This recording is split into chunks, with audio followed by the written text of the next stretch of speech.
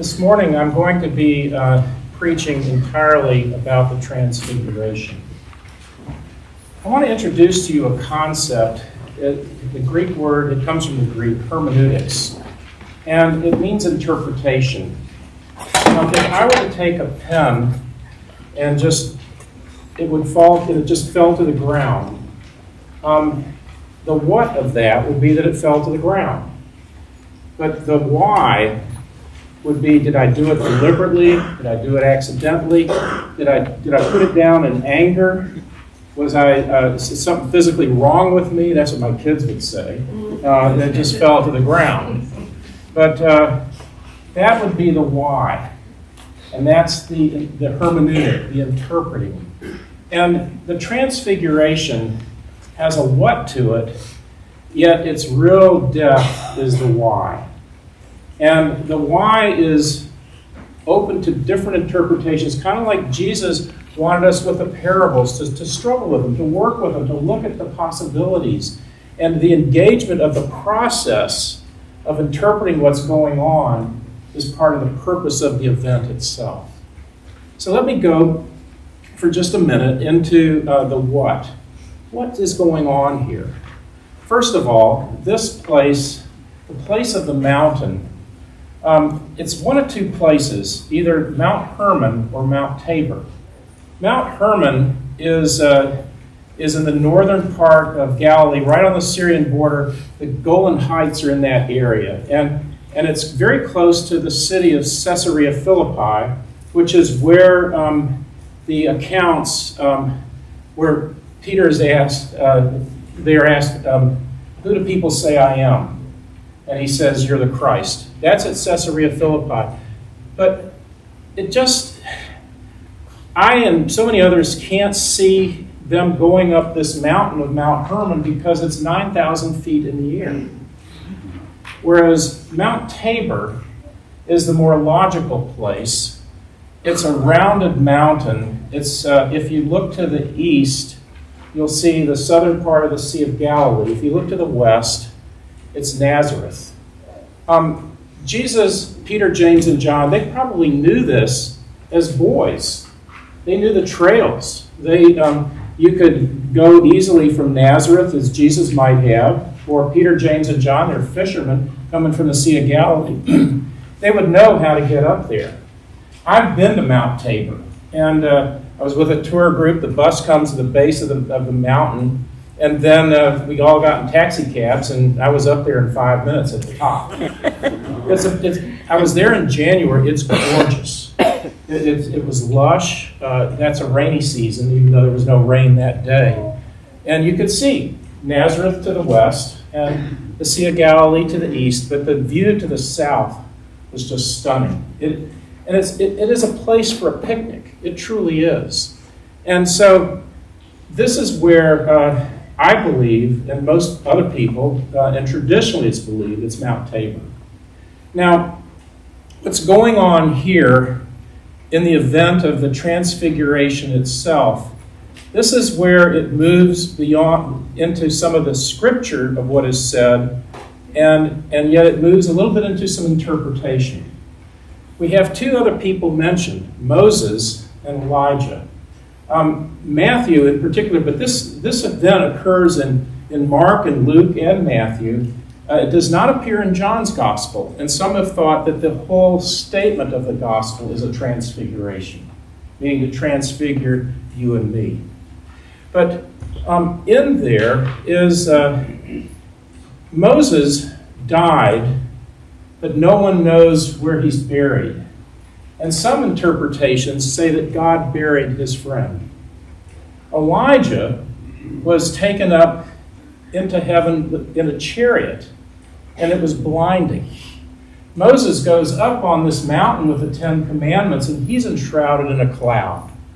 But the cloud is different. You go up there, you'll get killed. Only Moses to go up there. And when he comes down, his whole face is so bright, they could not look at him. He had to wear a veil so that they could look at him before that kind of wore off. So these are some of the what of this. It's interesting that Moses represents the Old Testament. Elijah in Matthew, Jesus says Elijah has already come. And Matthew says specifically it was John the Baptist. So one represents the past, the other the present towards the future. And that's what makes this kind of interesting. But there's more to this. And one aspect of it is we have with the baptism of Jesus and the transfiguration the same phrase, God the Father speaking, "This is my Son, in whom I'm well pleased. Listen to him." And there is something symbolic with Jesus in this, in that one is the beginning of the earthly ministry with the baptism. It's a beginning. And yet, with the transfiguration, the same phrase comes, "Listen to him," but we're going to go down that mountain to Jerusalem. In Galilee, everybody's happy. Everybody's excited. They're learning something new. Now they're going to go down to Jerusalem where you're going to have people that go, we don't like you. We get upset with what you're saying. We're smarter than you. They're confronting arrogance and anger. They're confronting religious establishment.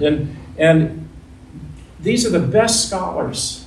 In terms of humanity, these are some of the very best people. And we know where this is headed. They're going to execute him. And this is painful.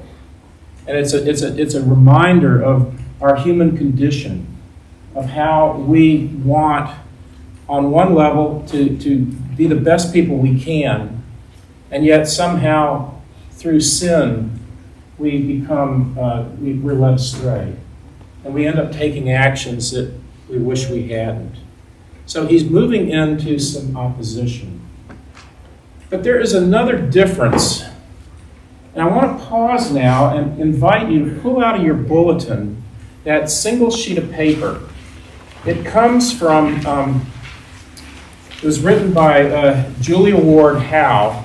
This is from the Battle Hymn of the Republic. It was written in 1861 at the commencement of the American Civil War.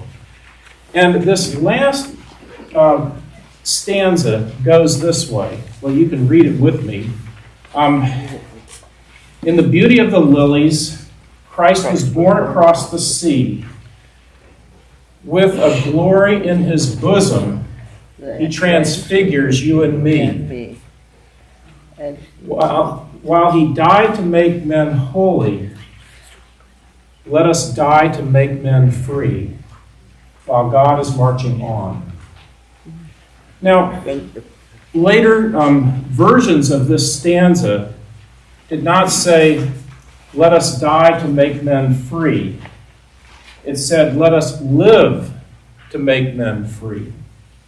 What's interesting here is, I think Julia Ward Howe, in writing that, understood the transfiguration. The overall tone of it is, we are living in this earthly life, and so we should, let us live to make men free. By the way, the newer versions say, let us live to make all free. But what is she on to? And it goes back to that cloud. And this is my interpretation, my hermeneutic, but it is also supported by a lot of other scholars. And it is this, that cloud is about being enveloped in moving from life to death to life again, or as the preface for the burial office for our in our Eucharist, it says, life is changed, not ended. Change means transfiguration.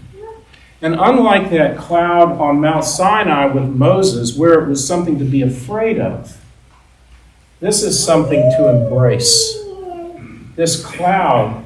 And Matthew recognizes that the disciples are afraid but they're not afraid of something terrible happening. They have a holy fear. It's an awe that they have.